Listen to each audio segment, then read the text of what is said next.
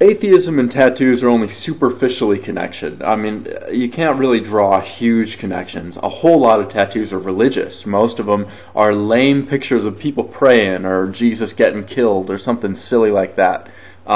However, there's a sense in which the way the culture looks at atheism and really, vividly tattooed people is askant, with extra attention to detail, with disapproval, and there's something else that I think unites them. And so I don't mind, bringing this to the forefront and just promoting my own views on it. Take it for what you will.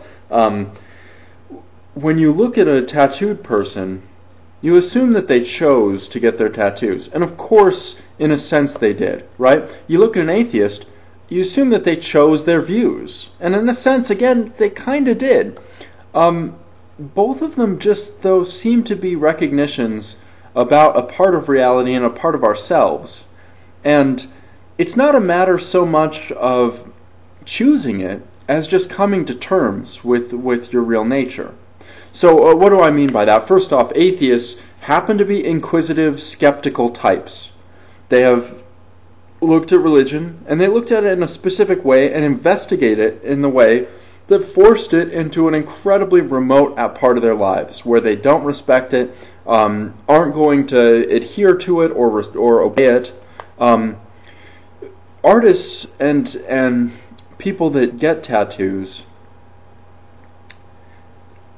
they had to get the tattoo, obviously. They had to pay the money. They had to get the money. But they didn't choose to be expressive, creative people.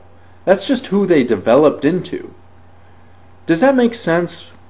I know that you have to kind of leave free will out of it, because I know that everybody's, if you did an action, you did it. And so it's your fault, it's your behavior has caused this. And especially for strong atheists that actually claim that there's no God, it seems as if they're really, pushing that, and it's really, their choice that they're doing that.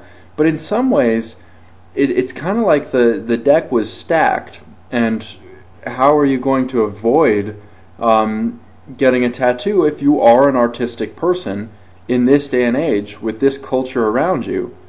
I know when I first decided to get a tattoo, it wasn't as much a decision as a constant collection of magazines and an interest and a questioning part of me that I couldn't avoid the the growth of beauty that I knew was inside me that I wasn't going to be able to hold in. And I would draw and I would think about how it would work out. And it wasn't that I couldn't do other things. And maybe had my life been drastically different, I would have gone down another path and been distracted from it. But given enough time and space, I was definitely going to pursue this part of my personality, and I wasn't going to be able to escape it. Atheists similarly, they look at religion, and at first maybe it just seems kind of off. It seems like something that they wouldn't like. They don't understand it. But then as they look at it more and more, they understand all of the fatal flaws, right? The contradicting religions, the contradicting parts of the same religion. And they don't, at that point, choose atheism. They just can't help but notice that there's no God. They really listen, they really pay attention, and eventually come to accept the reality of the situation. And both of those are accepting a part of yourself as well as a part of everything that's outside of you. And it's actually a healthy thing, both of them. But in some ways, they're great things. It would be nice if we could give people more credit for them. But in one respect, at least, they weren't a conscious choice that makes a person better or worse, or makes a person that really was a moral or an intelligent choice.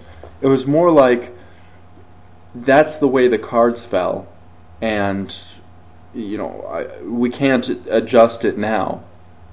Does that make sense?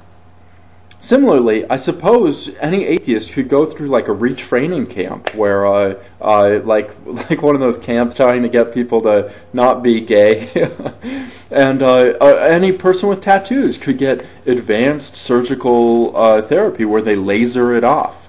It'd be incredibly painful, right?